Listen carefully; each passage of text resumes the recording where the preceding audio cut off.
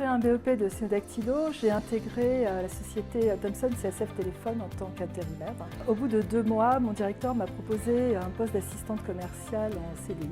À partir de ce moment, j'ai toujours fait du commercial, que ce soit en commercial itinérant ou sédentaire, dans différents secteurs comme l'électronique, la papeterie, la musique. Comme je n'ai pas fait d'études, dès que je pouvais évoluer, je changeais d'entreprise.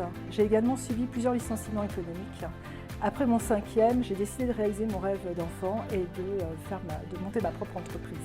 Après donc avoir discuté et travaillé sur mon étude de marché, le monde des services à la personne émergeait et j'ai donc essayé d'en savoir un peu plus. C'est ainsi qu'en juillet 2007, Eradom, spécialisé en prestations de confort, a vu le jour. Et en décembre 2018, nous avons eu notre agrément qualité, ce qui nous a permis de continuer à travailler et à nous occuper de nos clients vieillissants. Mes formations continues m'ont permis de passer un master tout récemment grâce à la FEDESA.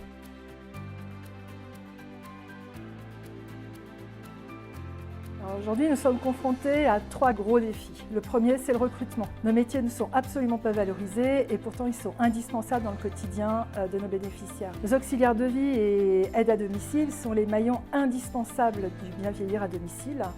Comment répondre aux besoins qui vont exploser sans collaborateurs? Les salaires sont faibles car malheureusement nous n'avons pas les moyens de les payer comme elles le méritent. Alors, le second défi est justement le manque de moyens financiers, principalement pour les entreprises privées. Les pouvoirs publics nous disent de mieux rémunérer nos équipes, de leur donner des véhicules de fonction, de les former, mais ils ne nous donnent pas les moyens de le faire.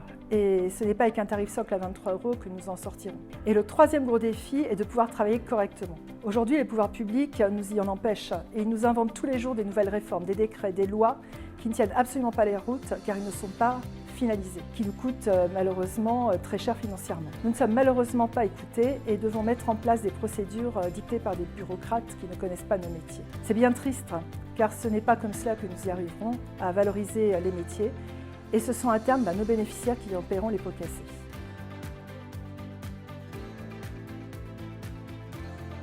Parfois c'est vraiment décourageant. Nous avons des collègues qui vendent, d'autres qui y croient, comme moi, mais qui parfois terminent en burn-out. Heureusement, les remerciements des familles et de nos bénéficiaires nous remontent le moral et nous redonnent le sourire. Cela nous fait comprendre pourquoi nous nous battons au quotidien. Il y a aussi nos équipes, leur implication, les fous rires que nous avons tous ensemble. Tout cela nous redonne du baume au cœur.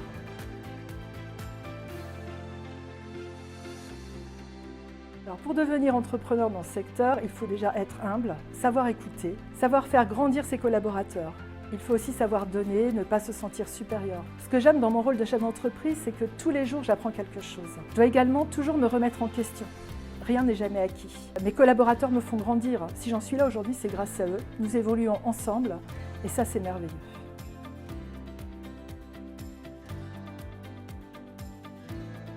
Une belle question. Si elle a un boulot peinard qui rapporte gros, qu'elle passe son chemin. C'est un secteur où il faut avoir les nerfs solides et surtout ne pas avoir les 2 pieds dans le même sable. Voilà, c'est vraiment le seul conseil que je donnerais.